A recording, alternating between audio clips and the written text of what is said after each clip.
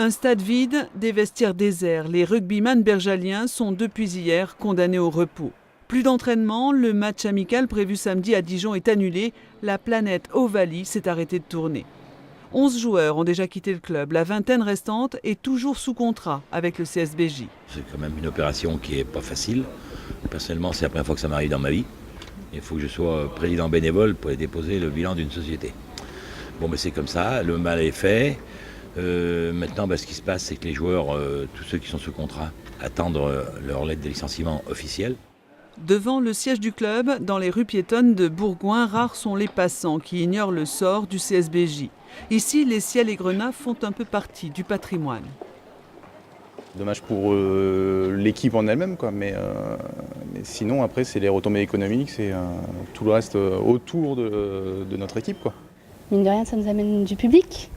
Quand il y avait des gros matchs, la rue piétonne était déjà un peu plus remplie que là. On voit les magasins qui se ferment et on sait un petit peu pourquoi. C'est dommage. Le CSBJ, ça existe depuis tellement longtemps, c'est ancré dans les mémoires avec tous leurs bons résultats, les hauts, les bas. Donc j'espère qu'ils vont s'en sortir, de tout cœur. Cette histoire, elle est présente dans la ville, jusque dans les vitrines des boutiques. Chez Franck Berger, le rugby s'est même retrouvé en vedette sur la carte du chocolatier.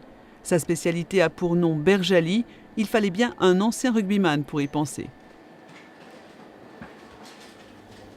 Est-ce que vous allez garder cette spécialité ? Oui, bien sûr. Parce que de toute façon, qu'on soit en Fédéral 1, Fédéral 3, la Berjali restera toujours la Berjali. Tous les joueurs, que ce soit Para, Chabal, tout le monde revient à Bourgoin, obligatoirement. Si le club pro disparaît, grâce aux généreux donateurs, l'association CSBJ Rugby fondée en 1906 devrait survivre. C'est elle qui permettra à Bourgoin de conserver son centre de formation et d'évoluer en Fédéral 1 si toutefois la fédération ne sanctionne pas plus durement encore l'équipe iséroise.